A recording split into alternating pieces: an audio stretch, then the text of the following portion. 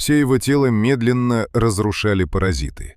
Некогда сильный тигр больше не мог охотиться и был обречен погибнуть в одиночестве. Но одна неожиданная встреча изменила все.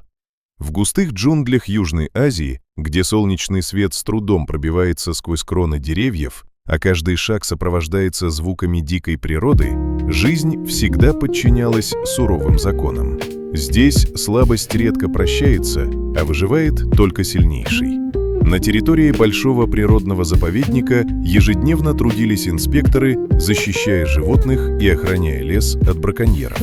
Одним из них был инспектор Даниил. За долгие годы службы он изучил эти места настолько хорошо, что легко определял по следам, где недавно прошел тигр, куда ушли стадо оленей и какие участки требуют особого внимания. Для него лес давно стал вторым домом. Во время очередного патрулирования Даниил заметил среди густых зарослей неподвижное полосатое тело. Сначала он решил, что перед ним погибший хищник, однако, подойдя ближе, увидел едва заметное дыхание. Огромный тигр еще был жив. Когда мужчина приблизился, животное медленно открыло глаза. Перед ним лежал сильно истощенный зверь. Его ребра отчетливо проступали под кожей, шерсть потеряла прежний вид, а силы почти полностью покинули хозяина леса. Несмотря на ужасное состояние, в его взгляде еще оставалась надежда. Инспектор сразу понял, что перед ним старый тигр по кличке Раджа, которого давно знали сотрудники заповедника. Когда-то этот могучий самец считался одним из самых сильных хищников в округе, но теперь едва держался на ногах. Даниил достал из машины запас мяса, который всегда возил с собой для экстренных случаев, осторожно положил его неподалеку и сразу вызвал по рации ветеринарную службу. Когда специалисты прибыли на место, тигра пришлось временно усыпить. Осмотр оказался намного тяжелее, чем ожидалось. Все тело животного было покрыто клещами и другими паразитами. На боку обнаружили глубокую воспаленную рану, в которой уже появились личинки. Причина стала понятна после обследования. Внутри мышц застряла пуля, выпущенная браконьером несколько месяцев назад. Именно она вызвала сильнейшее воспаление, истощение организма и позволила инфекции быстро распространиться. Ветеринары немедленно приступили к операции. Почти 1,5 часа врачи аккуратно извлекали пулю, удаляли поврежденные ткани, очищали рану и останавливали развитие инфекции.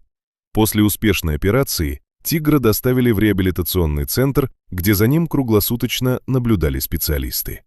Первые недели были самыми тяжелыми.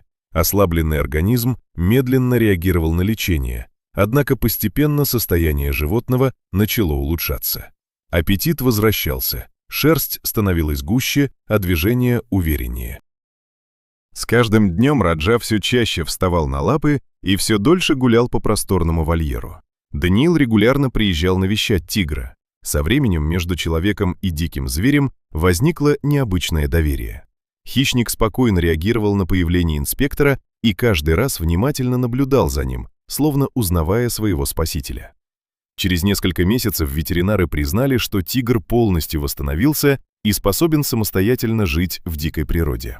Наступил долгожданный день возвращения домой. Когда дверь транспортной клетки открылась, зверь не спешил уходить.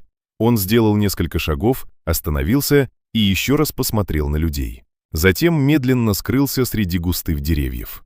Прошли годы. Даниил продолжал патрулировать знакомые маршруты. Во время одного обхода возле реки он заметил семейство тигров. Среди них сразу выделялся крупный самец с заметным шрамом на боку. Это был Раджа.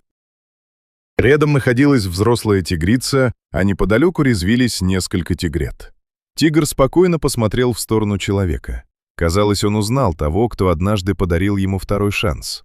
Эта встреча стала напоминанием о том, что даже в суровом мире дикой природы доброта, смелость и своевременная помощь способны изменить судьбу живого существа.